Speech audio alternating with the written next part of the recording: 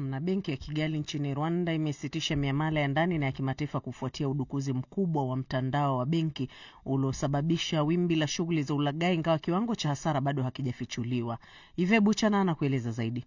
Katika chapisho kwenye mtandao wa X, benki ya Kigali jana ilisema kuwa imesitisha kwa muda huduma za benki kupitia mtandao kwa sababu za kiusalama, lakini ilisema kuwa huduma za benki kupitia simu na mawakala wa benki ziliendelea kupatikana. Ripoti ilieleza kuwa wateja wa benki walitumiwa jumbe zenye viungo vya kitapeli ambazo zilitengenezwa kwa lengo la kuwaibia au kuwahadaa ili watoe siri zao za benki kama namba za siri au namba za akaunti.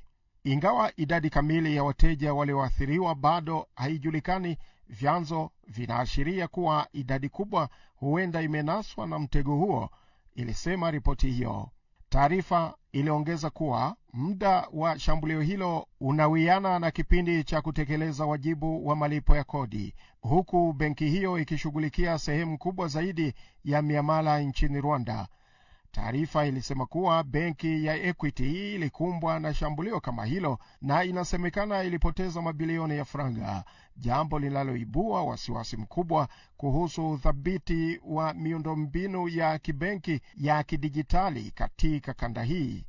Kulingana na taarifa ya benki ya Kigali, imetoa tahadhari huku ikisisitiza kuwa wateja wasibonyeze viungo ama links wanavyotumiwa kupitia SMS au barua pepe zinazowaomba kutoa namba zao za siri au taarifa za akaunti zao. Taarifa iliyotolewa na vyombo vya habari hapa Rwanda inaonyesha kuwa shambulio hilo linafanana na lile lililoipata Equity Bank, ambapo mifumo ya kidijitali ililengwa na kusababisha hasara ya mabilioni ya franga, jambo ambalo limezifanya mamlaka za usalama wa kimtandao nchini Rwanda kuwa katika hali ya tahadhari. Mnamo Novemba 2019, Wakenya 8, wenyeji 3 na Mganda mmoja walikamatwa kwa jaribio la wizi wa kimtandao katika benki ya Equity. Yves Buchana, BBC. Kufahamu zaidi nimezungumza na mtaalamu wa usalama mitandaoni Yusuf Kileo kufahamu asasi zinawezaje kugundua udukuzi kwa haraka.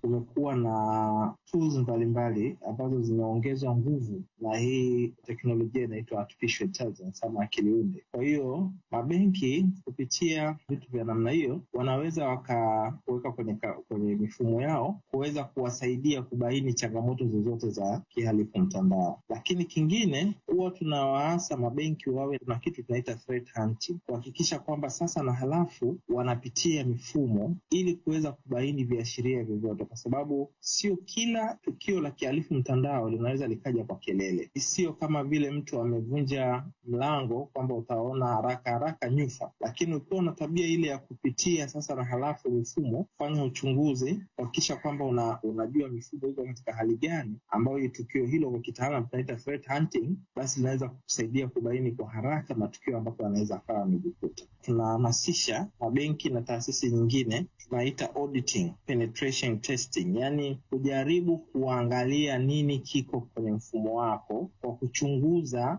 matukio yale ambayo yanaonekana ni ya kidukuzi. Mfano, sasa hivi kuna changamoto ya phishing. Kwa hiyo kuangalia kupitia hiyo tunaita penetration testing ama kuchunguza wewe mwenyewe mifumo yako na kuangalia kwamba vitu kama hivyo vinafanyika na watu wanaweza kuathirika kwa namna gani vitu hivyo vikifanyika. Hiyo ni kwenye benki, lakini je, wateja wa benki nao wanaweza kuona viashiria vipi ambavyo vinaweza kuwafanya washuku kwamba hapa natapeliwa au akaunti zangu ziko hatarini, pengine zimedukuliwa ama ziko katika hatari ya udukuzi?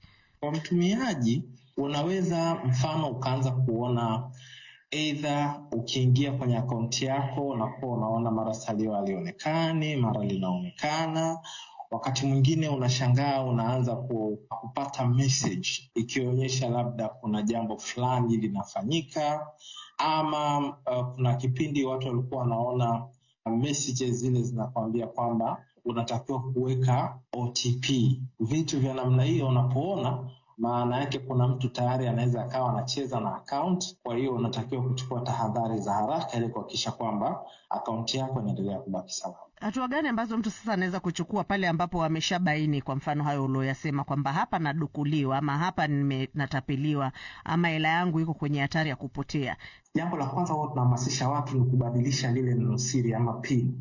Kwa hiyo ya zile tarakimu zile tunaambia watu mara moja jitahidi ubadilishe na uhakikishe kwamba ushare vile vitu. Lakini vile vile swala lingine ni kwamba tunawaambia watu ukiona hali kama hiyo imejitokeza, basi piga simu mara moja kwa benki husika ama kwa taasisi husika hiyo ya kifedha, kueleza kwamba wachukue hatua ya kuzuia ama kufanya kuchunguza hiyo akaunti yako na kuzuia miamala isiweze kufanyika ama jambo lingine lisiweze kufanyika, ili uweze kuzuia jambo lolote kama lilikuwa linafanyika lisifanyike. Yusuf, benki nyingi katika kanda ya Afrika Mashariki saizi zinaegemea katika mfumo wa kidijitali katika masuala ya miamala.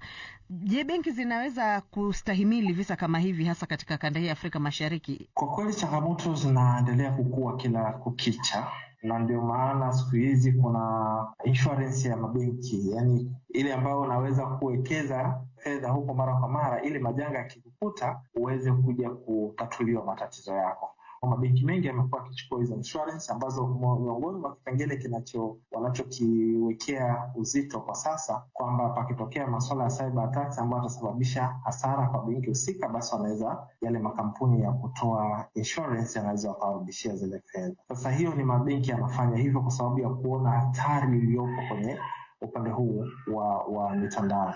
Lakini kitu ambacho naweza kusema ni kwamba kuhimili hili jambo ni kwamba si kama tunaweza kusema ni rahisi kuweza kuingiliwa ama ni swala ambalo mtu anaweza kujiondoa akaweza kubaki salama kwa 100%, kwa sababu hakuna sehemu yote duniani anaweza kukaa katika hali hiyo.